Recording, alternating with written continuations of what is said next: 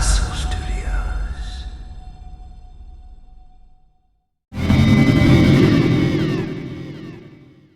Welcome to Dart Stories to make you sleep. Find a comfortable position. Let your breathing slow, and let the darkness settle around you like a warm blanket. Tonight's story is called The Power Plant. Take a breath, a long, slow breath. Feel your body sink into whatever surface holds you. The sheets, the mattress, the quiet of the night. You're safe here. The dark is gentle tonight, and in that darkness a story waits. Rosa had worked for the utility company for 11 years. She'd seen transformer fires, down lines, substations flooded by autumn storms. But she'd never been assigned to a building that had been closed for a decade. The Riverton Power Plant sat at the end of a gravel road, surrounded by chain-link fence topped with razor wire. The fence was rusted. The gate was padlocked. The sign said, "Condemned, no entry." The plant had been decommissioned in 2016, its turbines silenced, its workers reassigned. The city locked the doors and walked away. But the grid still showed a power draw from the plant. Every night at midnight, the meters registered a consistent, measurable drain. Not a surge, not a spike. A steady pull like something was running. The engineers assumed it was a faulty meter. They replaced it twice. The draw continued. Rosa's supervisor gave her the assignment with a shrug. Probably a squatter with a space heater. Take a flashlight and a crowbar. Lock up when you're done. She drove out on a Tuesday night, arriving at 11:45 p.m. The gravel crunched under her tires. The plant loomed against the sky, a concrete cathedral of industry. The windows were dark. The smokestacks were still. She cut the padlock with bolt cutters and walked through the gate. The front door was sealed with a city lock. She called dispatch. They confirmed the seal hadn't been broken. She broke it anyway with the crowbar. The door swung open with a groan that echoed through the empty building. Inside, the air was cold and stale. Her flashlight swept across the main lobby. Dust covered everything. The reception desk still had a coffee mug on it. A calendar on the wall read October 2016. The last month the plant was alive. She checked the main control room. The consoles were dark, their screens dead.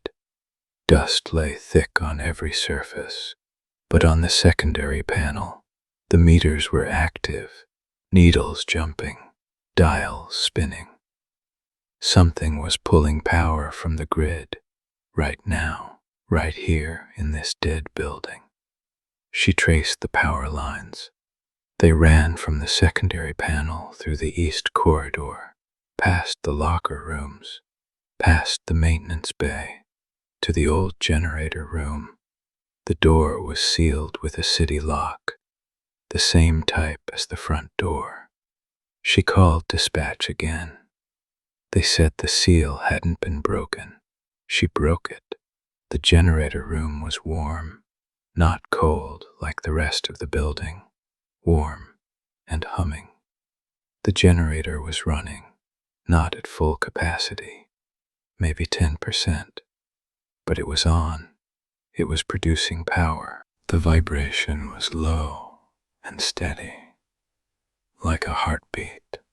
A single bulb hung from the ceiling. It was lit. Under the bulb sat a desk. On the desk, a logbook, a pen, and a mug of coffee. The coffee was still warm. Rosa stood in the doorway for a long time. The generator hummed. The bulb swayed gently. The coffee steamed. She walked to the desk and opened the logbook. The handwriting was neat, the entries daily. She flipped to the last page. Day 3654, still running, still waiting. They said they'd be back in 1987. The light stays on for them. Today's date. The handwriting was fresh. She flipped backward. Day 3653. Day 3652. The same handwriting. The same entries, varied slightly. Checked the north bearing. Running smooth. Adjusted the fuel mixture. Temperature steady. The light stays on for them. She flipped to the first page. Day 1.